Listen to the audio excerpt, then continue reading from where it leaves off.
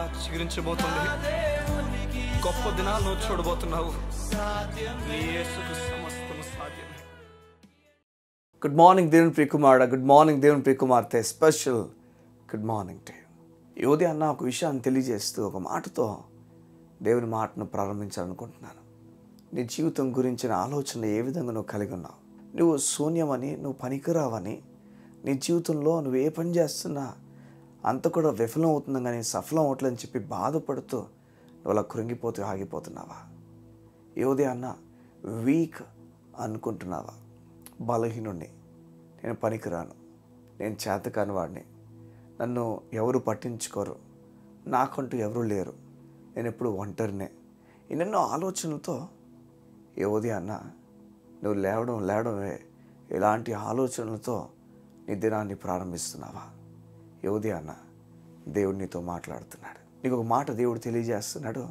దేవుని లేఖనాల నుంచి నువ్వు బైబిల్ గ్రంథంలో యేసయ్య తన పరిచర్యలో 12 మంది శిష్యుని ఎన్నుకున్నాడు. ఎన్నుకున్న తర్వాత వీరు ఆ 3.5 సంవత్సరాలు కూడా ఎంతో తర్ఫీ చేశాడు. ఎన్నెన్నో విషయాలు వారికి తెలియజేశాడు. ఎంతో బోధన వారికి అందించాడు. వారి ద్వారా సూచక్రియలు జరిగే, అద్భుతాలు జరిగే, సంతోషమే. అయితే ఆయన చనిపోయి తిరిగి లేచిన తర్వాత ఆ పీరియడ్ ఆఫ్ టైం అంతా కూడా, ఆ 40 రోజులు ఆయన తిరిగి లేచి ఉన్న 40 రోజులు కూడా శిష్యులందరూ యేసు ప్రభువుని కలిశారు. సంతోషం అన్నీ జరుగుతున్నాయి. కానీ వారిలో ఎక్కడో నేను తిరిగి వెనక్కి వెళ్ళిపోవాలని కొంతమంది, నేను వెళ్ళి చేపలు పట్టుకోవాలని కొంతమంది, ఇలాంటి ఒక ఆలోచనతో దేవునితో కలిసి లేని ఒక ఆలోచన,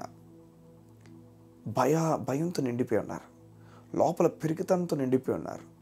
వారు అనుకున్న ఒకే ఒక మాట ఏదంటే, ఎక్కడ అధికారులు మమ్మల్ని హింసిస్తారు, బాధ పెడతారు, చిత్రహింసలు పెడతారు. వారు భయంతో యేసు మరణించిన సమయంలో వెళ్ళి ఆ మేడగదిలో దాక్కుండిపోయారు. వారి గృహాలకు వెళ్ళి దాక్కుండిపోయారు.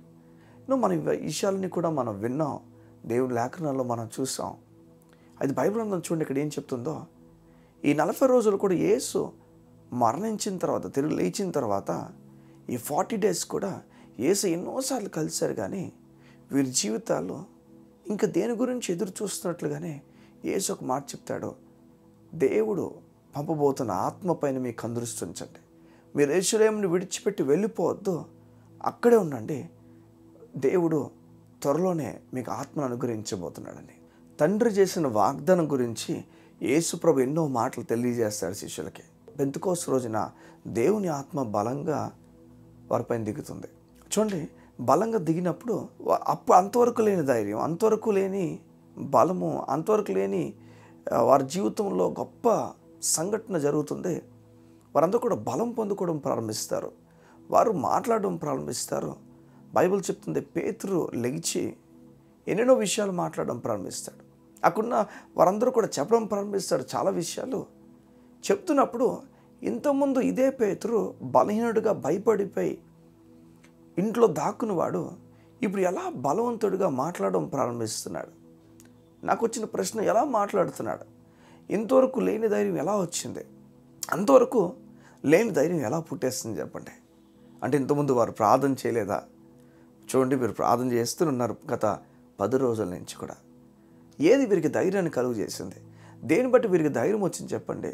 కేవలం దేవుని ఆత్మ వారికి ఒక్కసారి రాగానే ఆ ఆత్మ వీరిని ధైర్యపరచడం ప్రారంభించింది. నేను చెప్తున్నాను, నీకు ఒక విషయం తెలిస్తే, ఒక మర్మం తెలిస్తే, దేవుని ఆత్మ నీకు తోడై ఉన్నాడని. ఈ ఉదయం అది మాత్రం గ్రహిస్తే, ఆ గ్రహించిన ఒక్క విషయం కొరకు నేను చెప్తున్నాను, మొత్తం అంతా మార్చేస్తాడు దేవుడు. నువ్వు ఆశ్చర్యపోతావు. నీ లోపల కలిగే ఆలోచనలు జ్ఞానానుసారమైన ఆలోచన కలుగుతాయి, జ్ఞానయుక్తమైన విషయాలు జరుగుతాయి.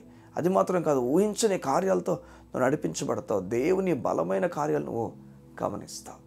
ఈ ఉదయం దేవుడు నీతో మాట్లాడి చెప్తున్నాడు, నీవు మైనస్ అవ్వచ్చు, నువ్వు 0 అవ్వచ్చు, దేవుడు అంకీగా మారడానికి ఇష్టపడుతున్నాడు. నువ్వు ఎంత 0 అయిపోయినా, ఎంత మైనస్ అయిపోయినా, యేసు ప్రభు తను నీ కలుగు చేసిన ఆత్మ నేను ప్లస్గా మార్చడానికి ఇష్టపడుతున్నాడు. నీవు ఒక్కడివైతే 0గా మిగిలిపోతావు, కానీ దేవుని ఆత్మ కలిస్తే నువ్వు ప్లస్గా మారుతున్నావు. నీకు దేవుని ఆత్మ అనుగ్రహింపబడింది. నువ్వు యేసు ప్రభునందు విశ్వాసం ఉంచావా? యేసు ప్రభుని నమ్మేవా? ఆ దేవుని ఆత్మ నీకు అనుగ్రహింపబడింది. అయితే ఈ ఆత్మ నీకున్నందుకు నువ్వు గొప్ప కార్యాలు చూడబోతున్నావు. ఈ ఆత్మ నీకు అనుగ్రహింపబడినందుకు జీరో అయిన నిన్ను దేవుడు బలమైన వ్యక్తిగా మార్చబోతున్నాడు. ఇక ముందు గొప్ప కార్యాలు నీకు జరగబోతున్నాయి. ప్రతిదినము నమ్ము దేవుని ఆత్మ నీకు తోడై ఉన్నాడని. ప్రతిదినము నమ్ము ఈ ఆత్మ నీకు గ్యారెంటీ నీ గొప్ప కార్యాలు నీకు జరగబోతున్నాయని. కళ్ళు మూసుకుంటావా? యోధి నీ గురించి ప్రార్థన చేయడానికి ఇష్టపడుతున్నాను. మా ప్రియ పరలోకపు తండ్రి, నీకు వందనాలు. నీ బిడ్డలైన మేమందరం కూడా ఎన్నో ఆశ్చర్యమైన సంగతులు తెలుసుకున్నట్లుగా మా ఆత్మకు నెమ్మదిని కలుగు చేయండి అయ్యా. నీవు నీ కుమారుడని యేసు ప్రభు ద్వారా ఎన్నెన్నో వాగ్దానాలను, ఎన్నెన్నో ప్రవచనాలని శిష్యులకు జ్ఞాపకం చేస్తావు. అవును, ఆత్మదేవుడు రాబోతున్న విషయాన్ని జ్ఞాపకం చేస్తావు. అయితే ఆ విషయం అంతా కూడా జరగాల్సిన కార్యమును అంతటిని కూడా శిష్యులపైన జరిగించావు.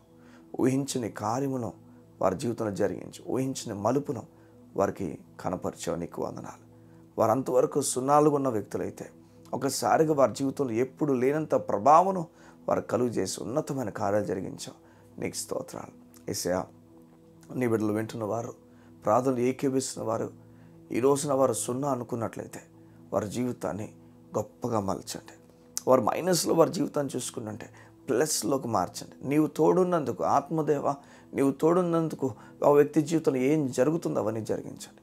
నీ కార్యము నీ బిడ్డల పట్ల జరిగించమని అడుగుతూ యేసు అతి పరిశుద్ధ నామమున ప్రార్థించుచున్నాము తండ్రి. ఆమేన్, ఆమేన్. యోధి అన్న, దేవుడు నీతో మాట్లాడి చెప్తున్న మాట, దేవుని ఆత్మ నీకు తోడైనాడు. భయపడకుండా ముందుకు కొనసాగు. ఆత్మ నీకు సహాయం చేస్తాడు. ఉన్నతమైన కార్యాలను చూస్తావు. God bless you. See you tomorrow.